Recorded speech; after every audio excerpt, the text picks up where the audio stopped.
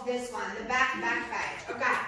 So I asked you there that Jacob Impey has a store, Impey Spies. Ivy, if you record me, you have to look at what you're recording. Otherwise, if you look to the back, then you don't know what you're recording. Then it goes out there by the window and not broken. Okay? Impey Spies is a very busy street near a taxi rank, and he pays a fixed cost of 60 rand a month. Okay? So, and then the pies are bought for 7 rand per pie. That is what they cost. And he is selling the pies at 10 rand per pie. That's his selling price. What is going on? Now, you will see they give you two formulas. They give you a 7n plus 60, and they give you an income as well. Darlings, when you have two formulas like this, and you've got two tables, you first need to determine which is which. I tell my students to call them A and B, for instance, or let's do it 1 and 2 because there's going to be a A and B later on, a 1 and a 2. Then you're going to say, yeah, can you see that the expenses, the first one there, this is my costing one. This is my cost.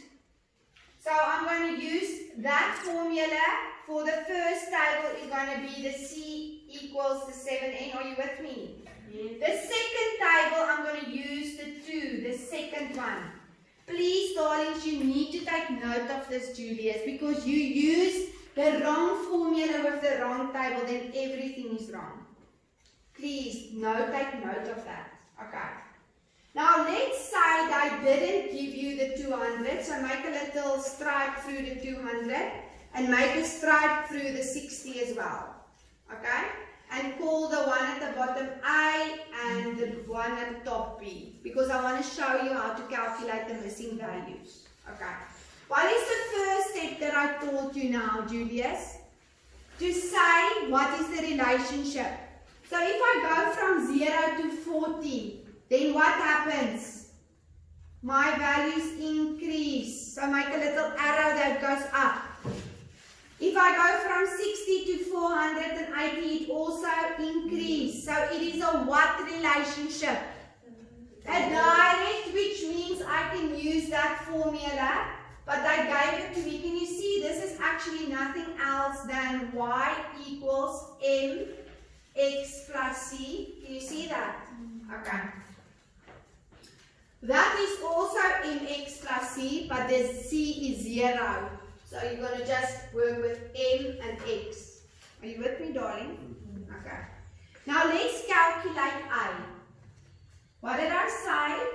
A is, okay, before we can do that, we've skipped 2 steps. We've recognized that it is a direct relationship. The second step is to ask which is the dependent and which is the independent. Which is the y values and which is the x values. Remember now, he is buying this. He's buying the pies.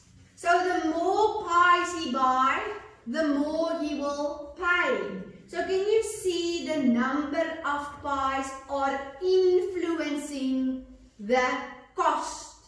So the costs are being the one that's depending on the amount of pies. Can you see that?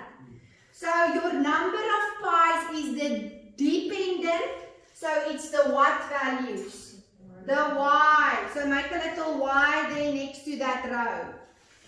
So naturally then the expenses, no sorry I made it wrong. The expenses is the y and the number of pies is the x. Remember now, the expenses are being influenced by the number of pies. So that is the dependent one. Are you with me? So it's x and y.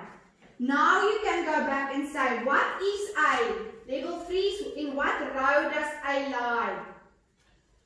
It lies in the y value. So I'm working with C equals 7n plus 60, but I'm going to call it y equals 7x plus 60. Can you see what I'm doing? What is the y value? It is A. We need to calculate it. What is the x value? The x value with A? Can you see that? So it's going to be what? 20. Can you see that, darlings? So first you need to multiply this according to Botmarks, which is 140, and then you add the 60, which gives you 200. Okay, which is correct. Are you with me? Let's do B now. B is what? Can you see I'm still in that same table? I cannot use this formula. I'm still using that one. Are you with me? Okay. What is B level 3's? B is a what value? It is a X value. Are you with me? Okay. So I'm going to say I'm putting B in there plus 60. What is Y?